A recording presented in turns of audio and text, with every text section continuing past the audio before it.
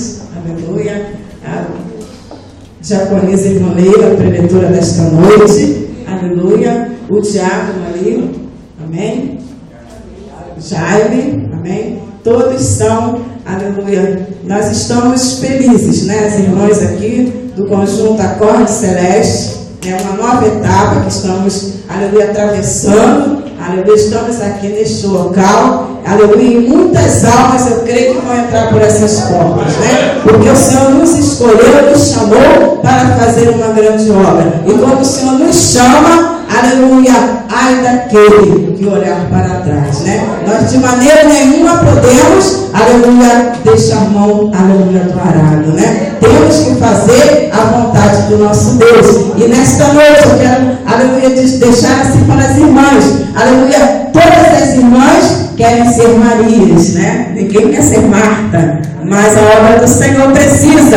aleluia, das Marias, das Martas, das Ruths, das Noemis, das Déboras, aleluia, das Esther, aleluia, porque o nosso Deus precisa de todas na sua obra, aleluia, cada uma fazendo a vontade do Senhor naquilo que foi chamado, amém? Aleluia, se o Senhor, aleluia, colocou algo na sua mão para fazer, aleluia, não deixe de fazer, aleluia, porque cedo ou tarde o Senhor vai cobrar, né?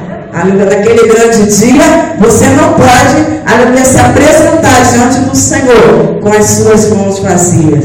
Aleluia, Ele vai pedir, aleluia, aquele talento que Ele colocou na sua mão. Aleluia, então não esconda o talento, não faça, aleluia, como aquele servo que enterrou o talento, mas, aleluia, na medida do possível, aleluia, muitas das vezes você fala, eu não sei falar, não sei louvar, não sei pregar, mas o Senhor é que nos capacita, porque, aleluia, quando Ele nos chama, aleluia, nós estamos como, aleluia, um aluno na presença do Espírito de Deus, e é Ele que nos ensina, louvado seja Deus. Então faça a vontade do Senhor, não se esconda. Se Ele te chamou para louvar, louve o Senhor, aleluia. Se Ele te chamou para pregar, pregue. Se Ele te chamou para limpar a igreja, limpe, o Senhor se agrada. Tudo que Ele